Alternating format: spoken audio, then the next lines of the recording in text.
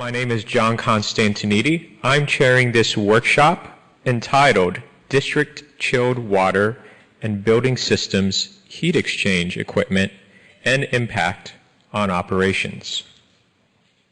This workshop is sponsored by TC 7.3, Operations and Maintenance Management, which meets on Tuesday from 1 to 3:30 p.m. at Palmer House, Floor 3, Salon 2. And that information is also in your conference app as well as in the conference booklet. Our speaker today is Mr. Terrence Rollins. He was presented for the Association of Energy Engineers Energy Professional Development of the Year for the 2013 award in his region, due to his outstanding accomplishments in training and development of energy engineers and managers, and for superior services to the Association of Energy Engineers. Over the past 30 years, Terrence has been actively engaged in the energy and facility management professional field.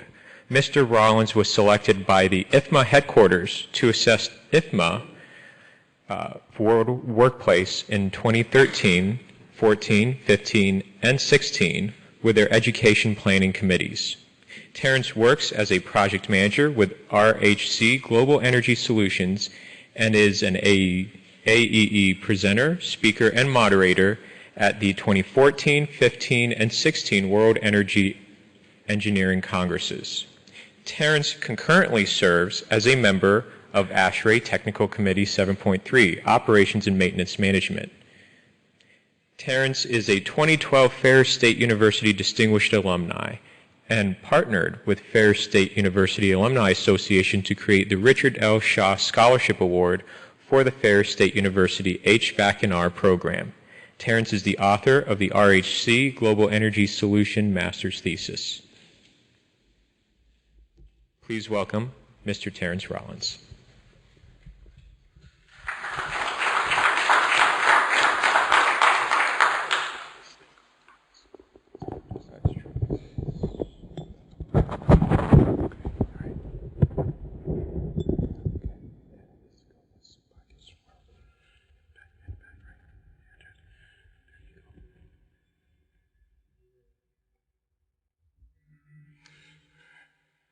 Good morning, everybody. How's everybody doing today? Everybody have a great time here in Chicago. You didn't bring your cold weather gear, your boots, your parka, your hat, your gloves. We're in a tropical storm, right? Okay, before we get started, I wanted to say hi to a couple of folks. I know that we have some professionals here from ASHRAE, Association of Facility Engineers, Association of Energy Engineers, and this is the point where all three A's of affiliation come together. So before we get going, I'm going to tell you my story. So one day, I was at Catskill High School, graduated air conditioning refrigeration program. So I went to my mom and dad and I said, they said, what do you want to do when you finish high school? I said, I want to be a power engineer.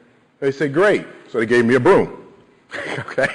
All right. So I went to my junior varsity football coach, where we had the air conditioning refrigeration program. And he was also on the football team. I said, Coach, I want to be a professional football player and I want to go be a power engineer. I want to go to a school that has a power engineering program. He said, start running. He was on the football team. You start running, right? And so then I went to my guidance counselor, Ms. Carter, and I said, I want to be a power engineer, forget professional football. I want to go to a school that has a power engineering program. So she gave me the application to Ferris State College. So after spending time at Ferris State College and then going to Dow Chemical, I did fit in the military. So I called my industry advisor, Richard Shaw, and I said, Dad, I think I want to be an HVAC engineer and an energy manager. He said, come on into the office. I think we can help you. So I just want to give reference. Rodney Dangerfield always opened with the famous one-liner, so you have to start one-liner. So without further ado, we want to talk about today district energy and impact on facility operations. One of my buddies fell over one time. He was taking a step back, so I have to watch where I am sometimes, so please bear with me. We want to talk about the impact of the new refrigerants that's changing every day, every year, every 5 years, every 20 years. There's so much happening in the industry. We want to look at the opportunities it provides to explore new chiller plants, which is awesome, with design, construction, operations, maintenance. We want to look at the capital investments. We want to understand the investments that's required. We want to be able to understand how it affects cities, municipalities, military installations, new real estate development. We want to at least have the conversation of here in the United States, what's happening abroad, understanding where it started, where it's going, and what we need to do to be better professionals. We also want to look at the indirect and direct energy heat exchange as it relates to what we're doing, because there's different applications that you have out there. I'm sure the Technical Committee 6.2 is very abreast of all that, and I see a couple experts that are here in this room. And again, we want to understand the vital role of where we're going in the future with our profession. Our learning objective, we want to be able to understand the value. This is an engineering class. There's a lot of experts here in the room. I see thousands of years of experience in here that have done a lot of this good action. This is mostly for understanding, to review, to talk, and it's also participative. Okay? We want to understand the benefit, the value of district heating and cooling. We want to talk about application of the systems in accordance with ASHRAE, HVAC Standards Chapter 12, and the International District Energy Association, who afforded us the opportunity to be able to work with them to present this particular information. We want to be able to examine district cooling, what it can offer, the benefits. We want to race again to a community, local, state, federal, municipalities, customers. We want to get rid of those chillers. We want a district energy plant. We'll get into some of the details of that. We want to be able to identify, some of the experts out here have a lot of extensive experience identifying and developing the ETS energy transfer stations, direct, indirect, the type of control strategies, supervisor control applications. We can poll and get information from the team that have experiences that can talk about their specific recent experiences. We also want to talk to the facility experts as well as their staffing requirements when considering these opportunities for improvement for your clients. And of course, we want to be able to look at also a financial impact of anything we do. What is that? Back in the day, we used to have pen and paper and long-headed calculations, right? Now we have all these Excel programs, macros, all these good programs to help us determine what we need to do when we're looking at our clients, our companies, and our firms and our institutions that we work for to be able to help us make financial decisions. And also, because funding can be short at times, we want to even talk about third-party financing. That make sense? Good deal. I would like to thank ASHRAE today. I would also like to thank John Constantini. I'd also like to thank Robin Ellis. I'd like to thank Mitchell Swan. I don't see Mitchell Swan. I'd like to thank Richard Shaw as my industry father, Lynn Phillips. And also I'd like to special thanks to Technical Committee 6.2. Who's on that committee? Show of hands. Yay! So we have an expert from Technical Committee 6.2 who's very knowledgeable. There's a lot of detailed analysis in 6.2 and the chapter providing information for the latest and greatest for us to be able to come understand, design better systems for our clients. Okay, and I also like to take the opportunity to thank, he's not here, the AC Powell JD. He is the new Executive Director of Association of Facilities Engineering. Some of you may have met him last night. Some of you. Well, at any rate, let's try to have a little bit of fun today. This is going to be interactive.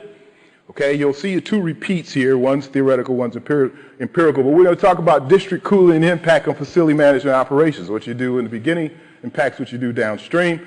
We want to understand district heating and cooling. We want to understand district cooling systems and their various benefits of what they can offer.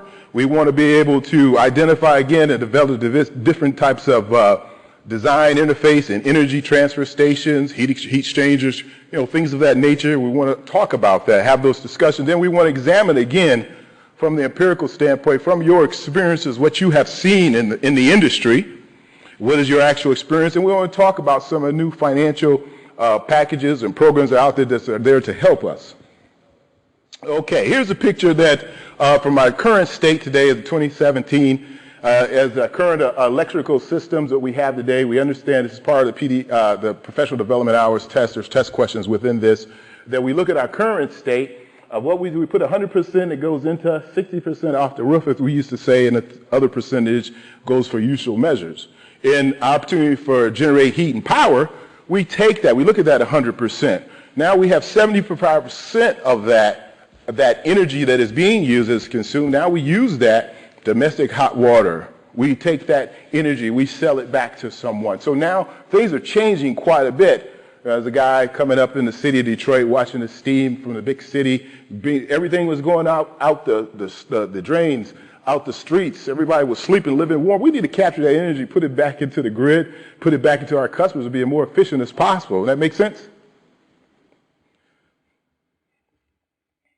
Okay, here's an example. A lot of folks have seen things, above the world as far as district heating and cooling, the examples. Well, let's go subterranean. What's going on below our cities before we were all born? What's down there in the catacombs? We know we have sewage, we have all this good stuff, but there are some cities dating back to, I believe it's the 1900s, that created district steam. What is it, New York, is it, sir? I believe it was in New York, created one of the first ones.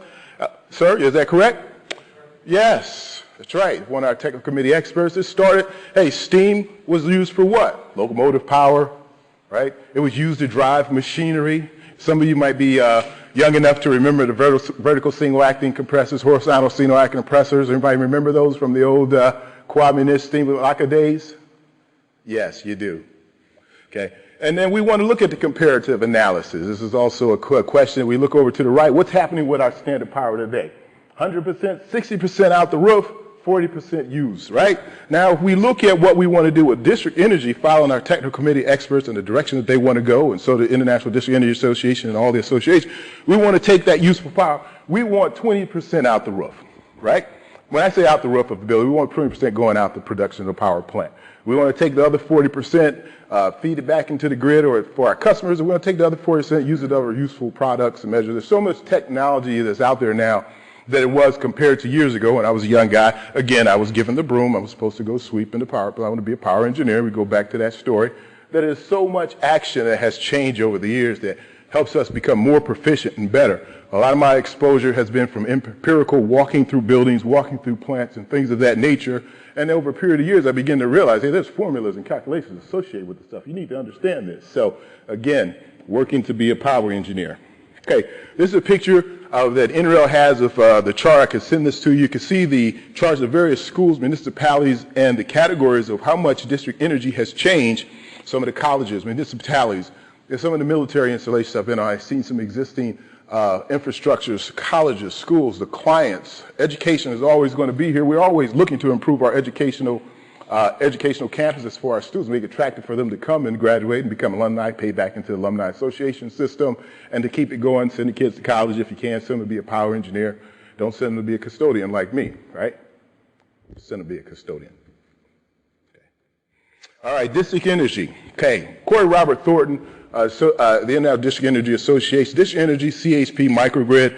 There's a community that's a scale out there in the world. We look at all our underground networks. If you have to be 3D when you're thinking like engineering, the boss told me you have to be, I need to go to the site 10 times to get those drawings so I can see what I need to design. He said you need to go one time, maybe twice. You need to be able to visualize, understand. You have to look through walls to see where the ducts and pipes goes, even if you only seen it twice. Isn't that right, sir? Can't go back to the field all the time. You have to have photographic memory sometimes of what's going on. So if we look underground at what's happening in this example of system studies and compatibility, we create this market for thermal. What do we do for our power plants? What is important to us? Heat and energy. We want heat, thermal, and electricity. Thermal, electricity, thermal, electricity, thermal, electricity. So we look at one of the communities here, an example. We'll look at this in that drawing of horizontal. Now we look on top from a bird's eye view. We see what's going on from that plant all the way throughout the cities. There are a lot of cities that have participated in this. What I've learned at a recent conference is that the UK overseas has more than 5,200 kilometers of district energy pipe in ground. Anyone know what the number is for the United States? 500 kilometers. 500 kilometers. That tells us how much we've come and the gap analysis that we need to, where applicable, to reduce that. We're going to talk about a couple of studies. When I was, again, back to the Dow Chemical days, my boss asked me to sign some steam coils. And I said, boss, and he said some things are going on with the HVAC system in Picker building. I said, where's power come from? Where's steam come from? I said, come from the city? He said, no, from the power plant. I said, power plant? He says, over the tracks over there's a massive power plant over there. So I would drive over there, and I would go and see. And so one day, I got in the back door, and I went in there. The guy said, what are you doing? Oh, the boss asked me to come here. I'm signing some Steve's coils. And so I got back to the office, and the boss said, come into the office. I said, yeah, how you doing? He said, I know you wanted to go look at the power plant. You do it, ask me. I'm like, can I go over there?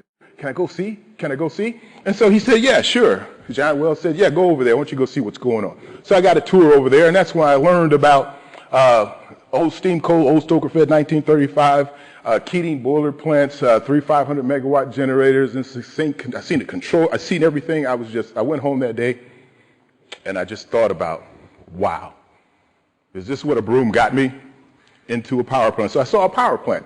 Some of the uses of that power was for commercial good manufacturing practices, for processes, it had cryogenic ultra low temperature refrigeration. We've seen the system, a cascade system was pumping Dow-therm a mile away to a confidential experiment that was going on. I say, oh my goodness, this is real. This is very serious stuff.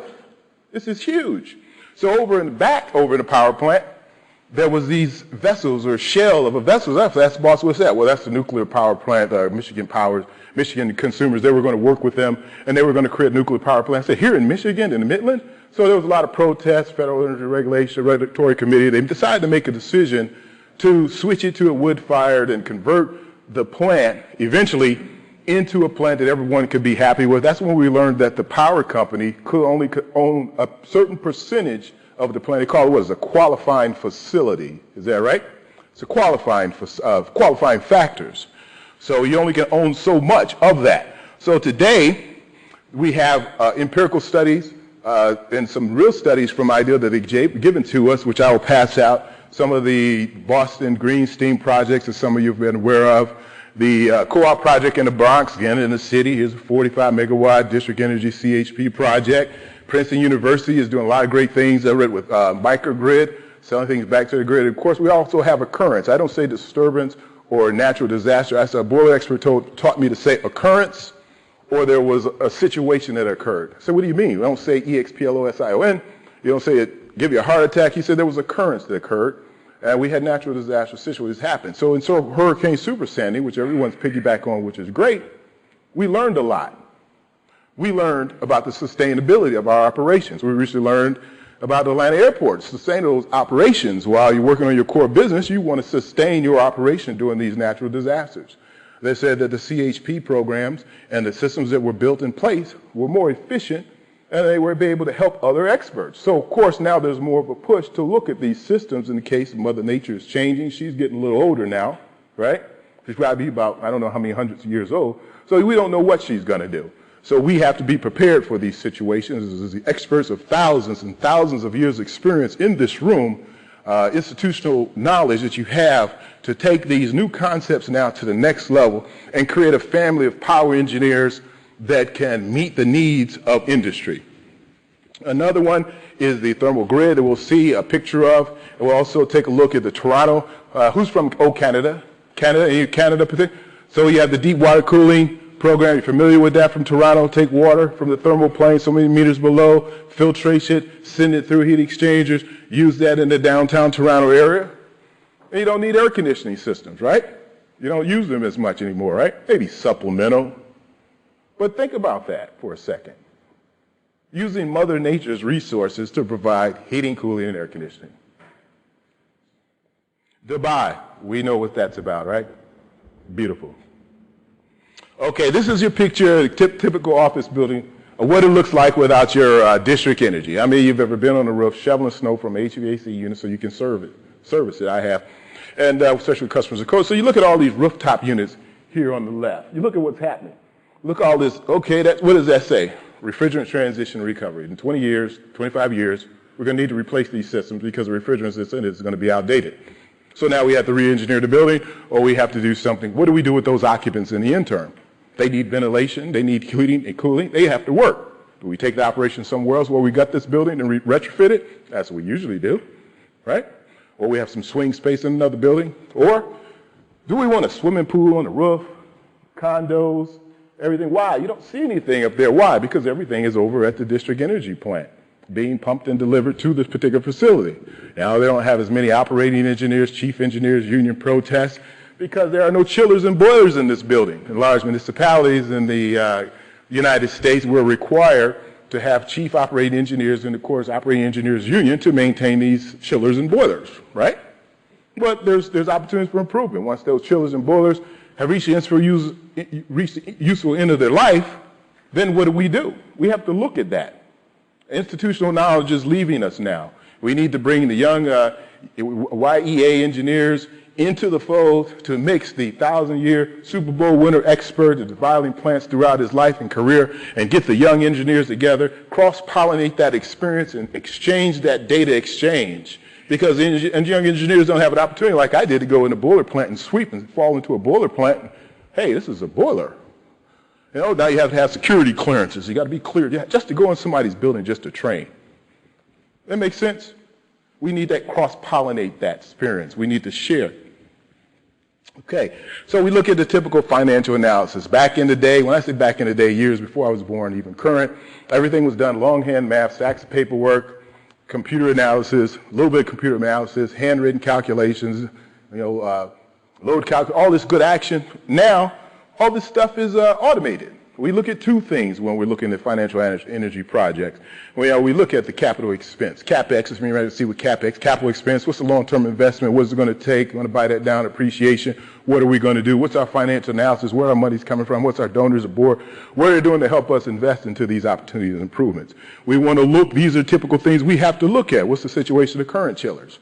Okay, they're 0.63 kW per ton. Well, I want 1.53. If I have 0.53 kW per ton, that's going to take a little bit more money to engineer into the job to give us that efficiency that we want, if that's what we want to do. Then we have operational expenses. That's people, energy, labor costs, long-term salaries and administrative, and also the consumables such as. So it's maintenance sometimes a negative cost variance, but if you're in the CHP business, now you're in the profit margin variance. Isn't that right, sir? Now you're making money for your client, you're making money for yourself, you're selling money, you're selling back to the grid, everybody's happy. There's now a lot of pressure on existing power plant to retrofit their infrastructure, so now we're helping them now. We're helping everyone. Okay, district cooling systems. We talked about Dubai. You know what's happening over there in Palm City. You know what's going on in Paradise. I believe it was the Sultan said that they didn't only had enough resources only to last them so long. So they come up with this fabulous idea to think about what can we do to put a district energy plant and sell the utilities to our residences. Over at Danfoss, and I'm not a salesman, Danfoss has a lot of engineering packages to engineer and design. Some of these systems already prefabbed in engineering, where the United States, we would have to go write a spec, right, for this type of technology, put this together, grab this vendor, grab that vendor, put it all together and make a spec with some of our experts over in Europe has already developed some of these, right? Isn't that correct? They've already developed. So from that standpoint, since they're developed, we need to tap into that resource. We have some of our experts just came into the back of the room with a lot of district energy experience that can tell us of how they've done it. They had to be innovators. Where project managers like yourselves are so important. You engineer a project, you design it, and you need a great project management team, as Mr. Swan has always said. You need a great project management team with innovative solutions to difficult problems to help our clients meet their bottom line, and also to help us reduce the GHG, which is what? Greenhouse gases. That's what we're doing. We have to protect our climate and things that are happening in the various regions across the world. I'm not a politician, so I don't mention into those particular things, but from a technical perspective, we run the numbers. Engineers run the world, as they say, but financial experts fund us. So we also have to be sales professionals, correct? We have to be sales professionals. So this session is interactive, okay? It's interactive between each of us. So what that means is, if there's anyone that would like to say anything related to a topic or a subject, and we're going to get into part of the Q&A session, and so that we can have some more dialogue. On the back of the tables, there's an abstract, a little bit detailed information that can help you and help us that shows where the original writing comes from. So if we had a question of the interest in district energy systems in the United States, they're renewed after what? When were they renewed? World War I, World War II, Gulf War, oil embargo in 1973? Bing, bing, bing, bing, bing, bing, bing, bing, bing, bing. Oil embargo in 1973. Is that correct, sir? That's when we begin to look important as, hey, we have to look at what's going on. We have to be not as reliant on our partners. We need to be self-reliant at some point in time. I remember in Michigan watching the cars lined up 3 city blocks just to get gas after that. I was a young guy, I know, but I'm still learning, okay? Now, which ASHRAE handbook helps us to design and understand and analyze these systems? Anybody? HVAC systems applications, chapter 12, right? Yes, sir. Yes, sir. Yes, sir. Yes, sir. So part of the professional development hour, we have 10 questions that we're actually somewhat going through, not giving you the answers, but we're asking those questions related to the particular topic at hand. But thank you very much. I want to hear a little bit more from you. I was actually going to call on you to give us some of your experience and background related to this. So the other Q&A session. So now ASHRAE book has changed. Chapters 12 is now 2016. But for the professional development hours, you'll see something that might see 2012. There's been a lot of changes.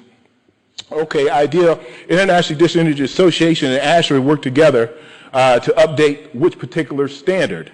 Was it standard ASHRAE 15, 1994, 62.2, 2013, 90.1, 2013, or is it ASHRAE 15, 2013?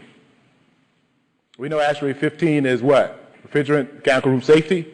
62 is ventilation. 90.1 is, boom.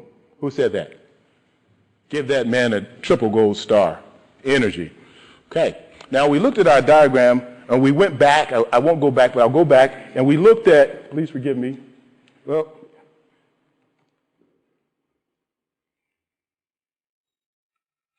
okay.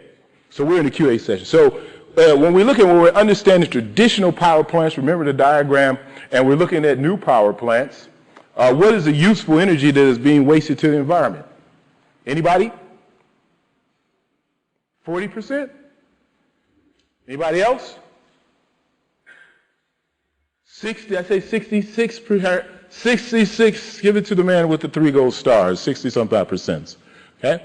Okay, now, here's the difference. This is the difference where we've come today. Okay, so when understanding the value of combined heat and power solutions and recycling waste and distributed heat energy generation to remove heat to put use to how much percent? 75%? Is it 75? 75, 42, 33, or 23? Hike. Okay. All right. Next question. International District Energy Association. This is a 2-part question. Let's do the question well. The International District Energy Association energy efficient comparisons of a standard plant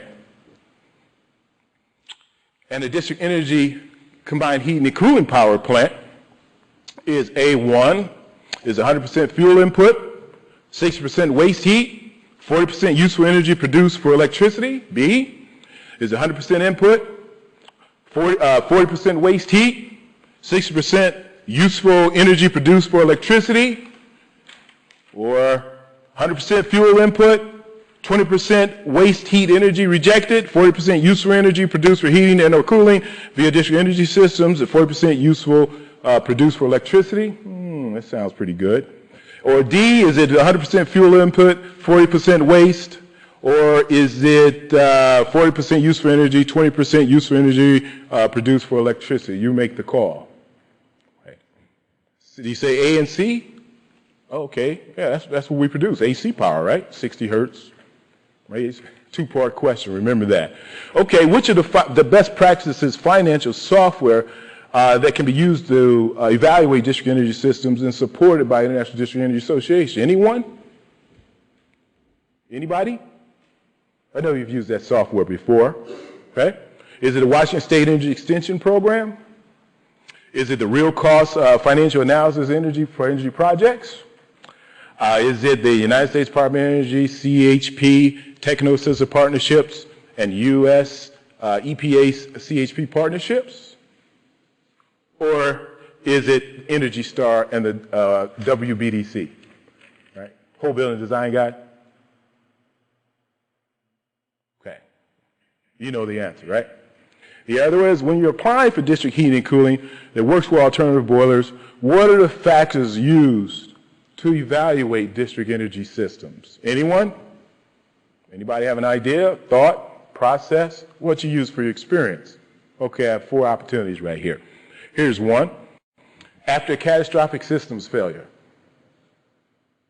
Or if the city is under receivership and bankrupt proceedings prevented the city from investing in district energy.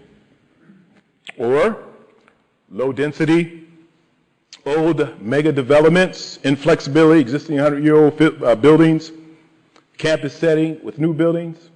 Or is it low density, new mega developments, flexibility, campus setting, existing buildings where replacement costs are high, costs and then longer paybacks? That sounds very inviting. All right, here's from your super refrigeration expert. We're going to talk about centrifugal chillers, near and dear to all of our heart. So, centrifugal chillers and the technical advances system configuration has improved since the 70s, and the kW per ton was 0.8 to 0.9 kW per ton. What are the kW per ton for modern day chillers? Okay, so 0.7 to 0.8 kW per ton, 0.8 to 0.9 kW per ton, 0.23 to 0.26 kW per ton, or they can be as low as 0.5 kW per ton. Depends on the condition. Exactly, it's situation condensed. It depends on what you want, right? We put in the type of system. But it's about what? As low as 0.5 kW per ton. Below is 0.5 kW per ton. We had an opportunity to talk empirically, and we're going to turn to the Q&A session. Participants, as folks will be involved and ask and tell us some of your great stories. We had an opportunity where in the story that you'll see there at the Walter Reed Army Institute of Research, they had the decision whether to decentralize, centralize, decentralize. Do I go take this big power boiler plant, decentralize and put boilers in all of the buildings? Take the big plants out, too much to upgrade the infrastructure, ACM, all these environmental opportunities for improvement that we have. So they decided, the Corps of Engineers, the United States Army Corps of Engineers decided that this particular facility that Mr. Swan had designed and worked on in his past with his design team, decided it needed to be remote to itself and not part of the campus setting. This was unusual. This was not normal, because it was so many miles away. So you couldn't take the steam and pump it 6 miles through the city of Washington to that facility. It needs its own boiler plant. It needs its own redundancy. It needs its own chillers. So in that particular project, they decided to design it to 0.67, 0.68 kW per ton. So we did value engineering. We talked about it. We looked at it in the project. We did a life cycle cost analysis. And we're told that we could get it something to 0.532 kW per ton. So we reversed it, looked at the project, looked at the analysis. We decided to do it. We paid additional funding for the enhanced tubes. Mr. Rollins flew to the train factory, see the chillers on the test stand, everything brought to the site. It was awesome. They met the design expectations, and that particular facility and that project earned the Earthwise Chiller Award as a result of that, and environmental impact. So as engineers and professionals, as you said, sir, you can make decisions on what you're doing in the middle of your project, right? You can always come up with an alternative opportunity that can enhance your project. Is that right? Can you provide us an example of some of your thousands of years of experience that may help us, sir? And you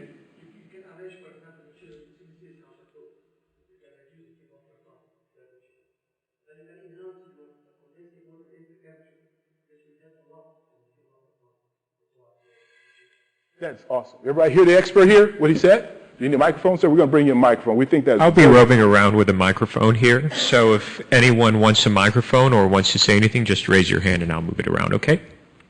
So, up here. Great.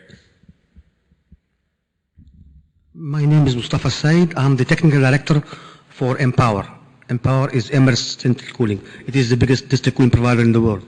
We are operating now 1.3 million ton in operation only in Dubai. And I'm the head technical. So regarding what you're just saying, we are procuring the chillers directly. And the kilowatt per ton used in our plants is mainly from the chillers. And I've heard a figure of 0.5 kilowatt per ton. This will be to us like a miracle. The best we could achieve is 0.65 kilowatt per ton, because our ambient temperature is 88 Fahrenheit, the web-up temperature. So we couldn't achieve better than 0.67, 68 maximum. And this will be again at the cost of a high dollar per ton when we procure the chillers. We can do a lot on improving the kilowatt per ton by arranging the chiller properly. If we arrange the chillers in series counterflow, we are improving on the lift of each and every compressor. So it leads to an improved kilowatt per ton. You can also look at our biggest enemy is a so-called low shield water return syndrome, where we are receiving from our clients lower than design return shield water temperature. In this case, we are adapting the so-called variable primary on the chillers. By doing this, we can improve a lot as well. The third element is the thermal storage, whether it is ice thermal storage or stratified thermal storage. This is improving a lot on our overall efficiency per plant. This is what I can recall for the time being, but I can go in details for each and every of these elements. That is awesome. Thank you. For those of you who know, Empower is one of the premier organizations that build and develop these types of projects throughout that region, and they're very influential. And I believe you were on the IDA YouTube. You were on the YouTube video. Yeah, so we have another star in front of us, ladies and gentlemen. So anyone else? We'd like to hear from someone else. Come on. All these experts, we manufacture chiller plants. Come on. Where's the train rep at? Where's the Johnson Controls expert at? Any questions from Johnson Controls? Technical committee. Yes, sir. Yes, sir. Sure.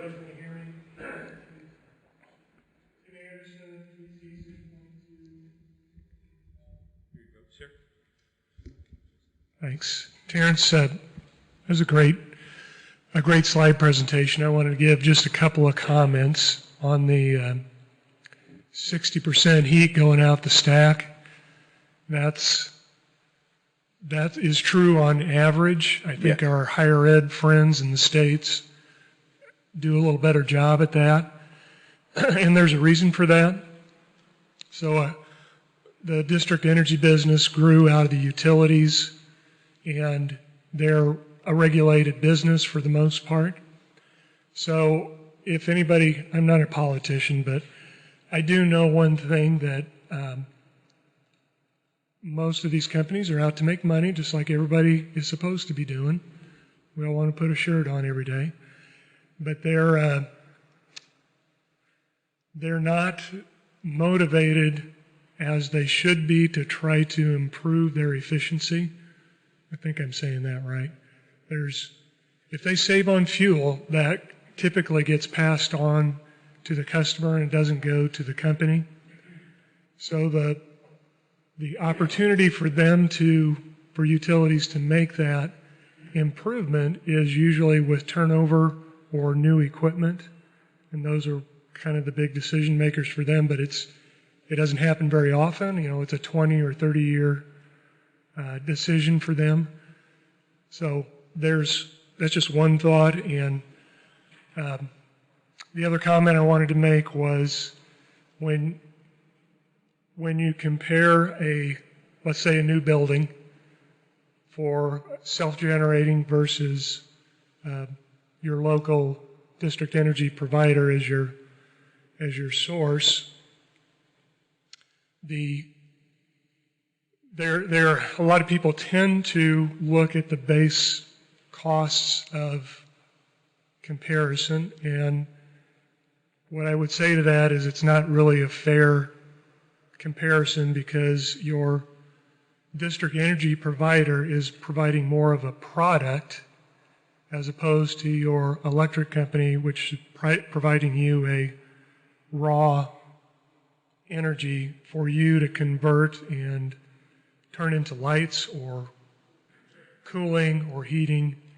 But the district energy company is making steam for you to use direct, and it's spinning a chiller plant up, and you just have two pipes coming in dealing with that. So there's a lot of maintenance, operation, and capital investment involved in that price per ton hour that you're getting from them, that if you just compare the electric use that you would use inside a plant, there's going to be a big disparity there. So wanted to keep that in mind. And the thing that we as engineers don't really have a lot of opportunity for input is the slide you had with the roof. That value of real estate is huge. If you have an owner who understands that, most of the time that is a pretty easy sell. Like, for instance, we could fit a chiller plant in this room, or you could have this room and you can lease it out for all the events. So there's another piece there, that lost cost of revenue from real estate that needs to be thrown into the comparison, or at least just recognized before making that decision. That's awesome, sir. That's some really great information because, we have the theoretical aspect of what's going on. Thank you very much for that input from our 6.2 technical committee experts. It's very important because, what happens downstream with facilities, the things that are impacting our facilities, how we operate the facilities, how we staff it. If we had a bunch of chillers and we're in a big city like we are today, we're going to staff it with operating engineering unions. If we place that, as according to Rob Thor, if we place that entity and we're applicable into a structure, we don't need as many operating engineers. We still need people to maintain it. Who's going to transfer downstream past the meter, past the energy transfer station? You can look at the energy design standards on the type of transfer stations, the designs, the controls, the supervised control acquisition data that this gentleman from Empower, you should have seen their control room. You could eat off the floor. There goes that custodian again. Everything was there. It's just beautiful in the most ideal environment. If everything was right, we would pursue more technologies like this. And that we would also, importance of sustainability, resilience, and looking at our core business. What's your core business? Once they get, as you mentioned, once they get downstream utilities, that's it. What's the long-term investment? Now we look at our Johnson Controls representative. He wants to do a UESC or ESPC to finance the project to take the burden off of his customer. Isn't that right? Is Mr. Sean available? I'm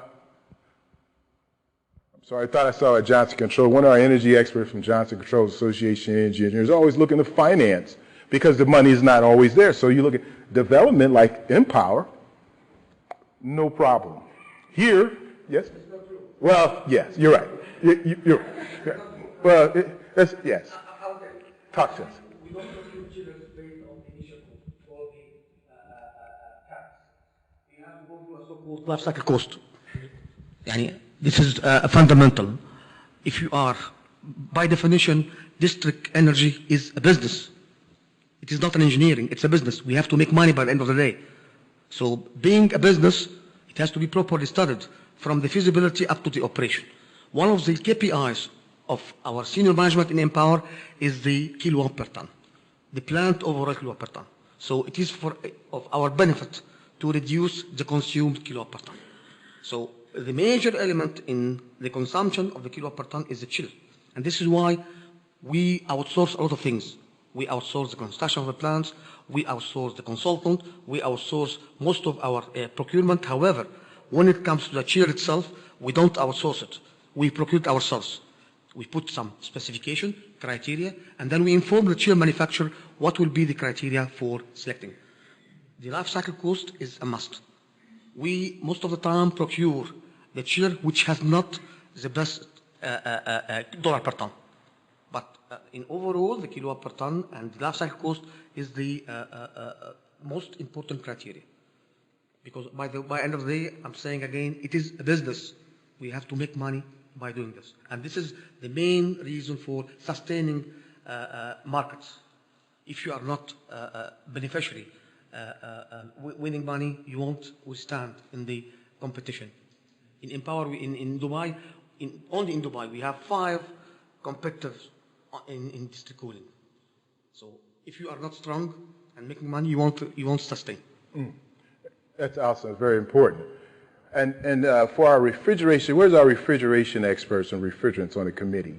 One of the questions I want to ask is that with that type of monument that you have, what type of refrigerants and or chillers that you select without confidentiality that was needed to drive this type of demand?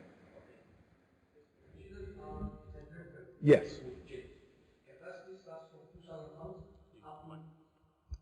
The chillers are water-cooled centrifugal compressors.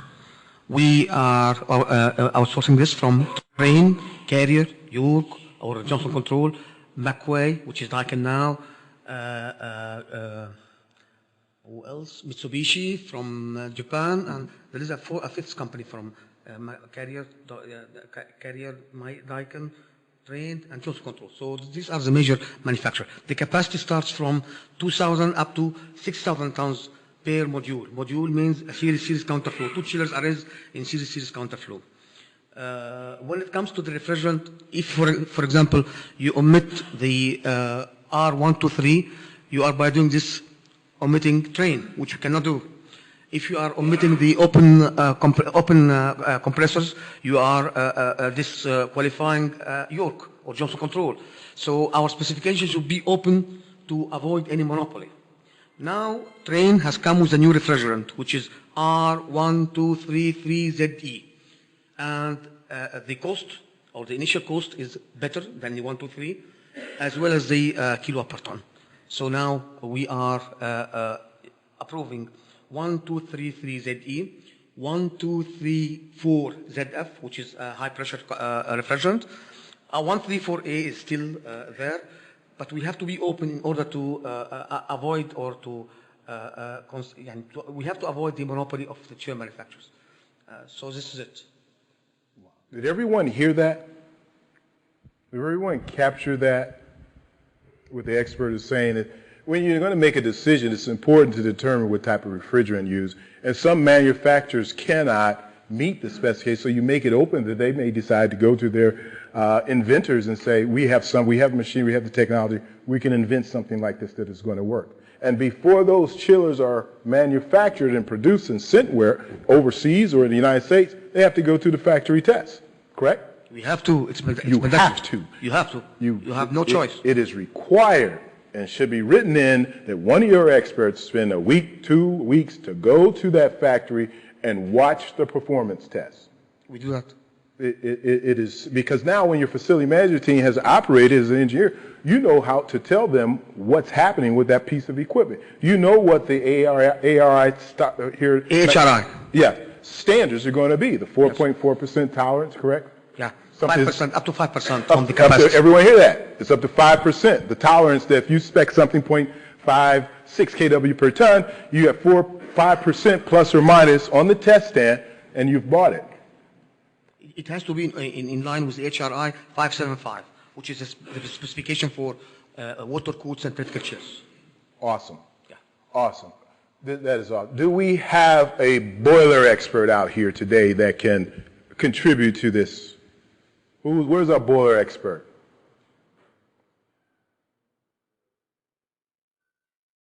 Where's our CHP expert today?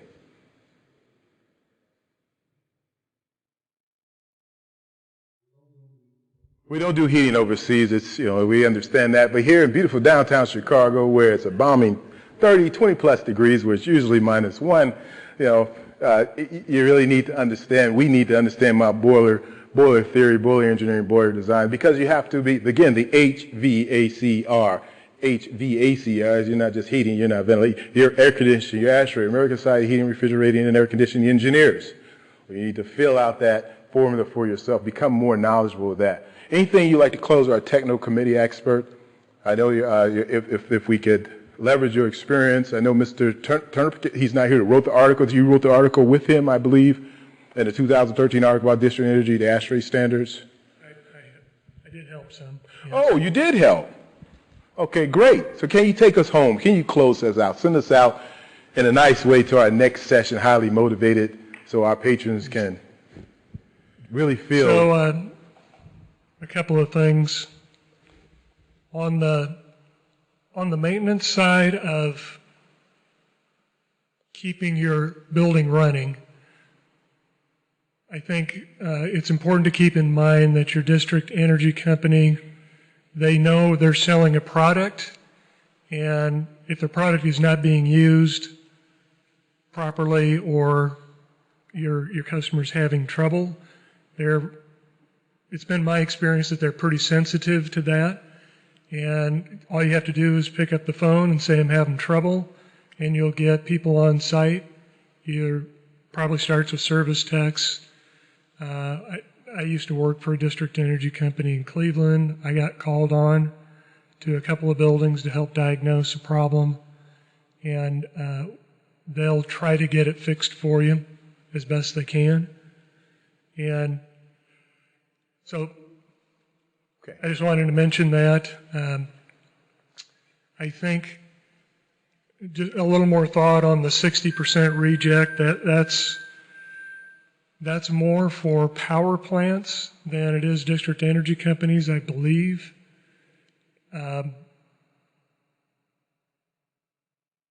It probably doesn't get up into the 80 to 90% for the most part because there are heating losses that are considerable, and most of these systems are in the 100-year-old range. But I have seen past experiences where they have taken the initiative to find ways to improve that by either insulating, putting in new, or sometimes it's just decommissioning and getting rid of the old leaky pipes and serving up with gas for those areas that just aren't terribly profitable for them. So that's just a couple of thoughts there. That's awesome. And the control of that equipment, where's our supervisor control acquisition data experts? Where's our IT data expert? Where's our control experts here? It's important to, yes. So I wanted to mention about enterprise energy management to start to make those decisions, and you get a lot of disparate customers, such as in Honolulu, Hawaii. There's a district cooling system that's going in there. And whenever you have the enterprise energy management system, you can take a look at all these different customers that may not agree with one another, but the idea is you can aggregate that together to optimize your district energy plant, whatever that may be. So they're going with an ocean water cooling system, and I didn't know if doing an enterprise management system helps out with any of the smart cities or any of the resiliency. I didn't know if that was one of the things that you guys are looking at usually when you're doing a district system like this. Controls, that's a great question. Controls are very important. We know there's a difference of building controls, but as I learned, was at the Crisis Technology, there's a drawing that Mr. Constantini can show us, a little layout, real brief, of a system that has an enterprise, industrial controls. We had Johnson Yokogawa, which was a subsidiary of Johnson Controls at that time. They had to make the decision, do you use Johnson Controls-based medicine? It was the first medicines project in the country, Crisis Technology. So do you use those controls or do you use industrial controls? So there's various industrial control packages that are out there to meet specific applications. If you write the specifications and standards to what you need, it would maybe meet those expectations. That makes sense? If it hasn't been started before, do the research. Who's the expert? Who's the ASHRAE expert? Who's the industry expert who understands these type of systems? Because the control panel that Empower has, you probably could call them today and talk with them, get it. It's, pardon me? It's SCADA, supervised large systems.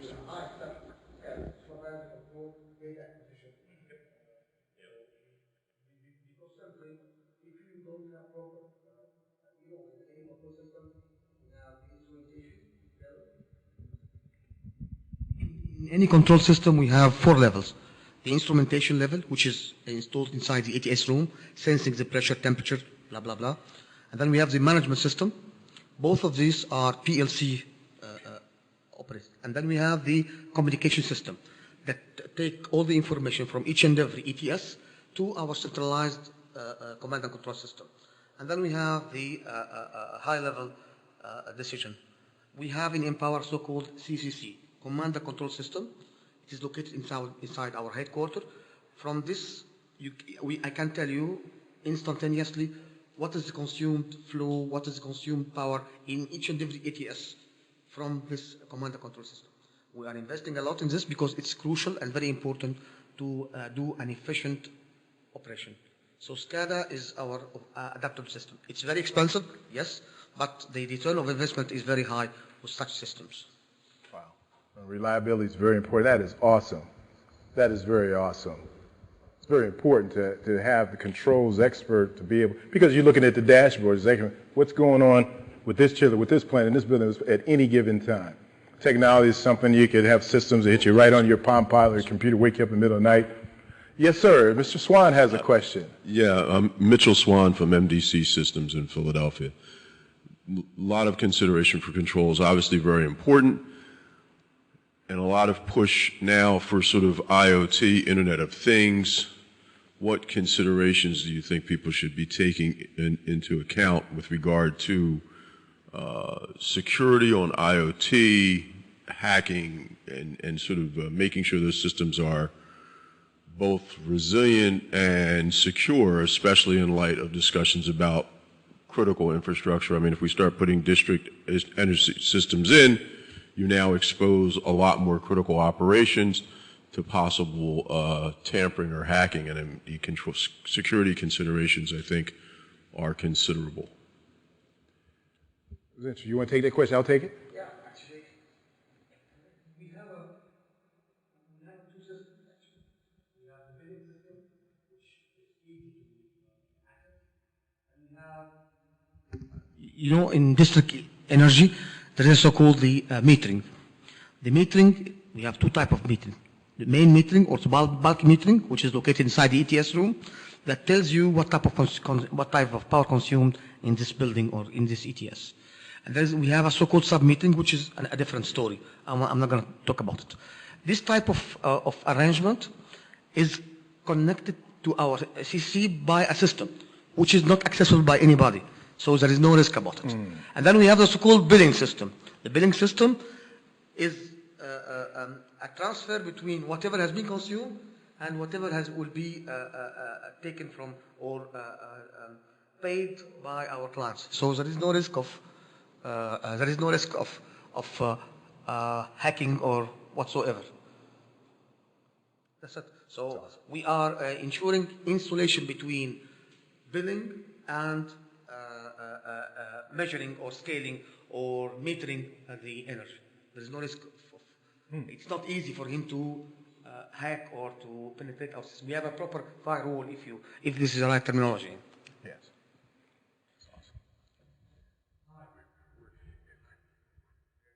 Okay. Yeah, we have only one more minute, so.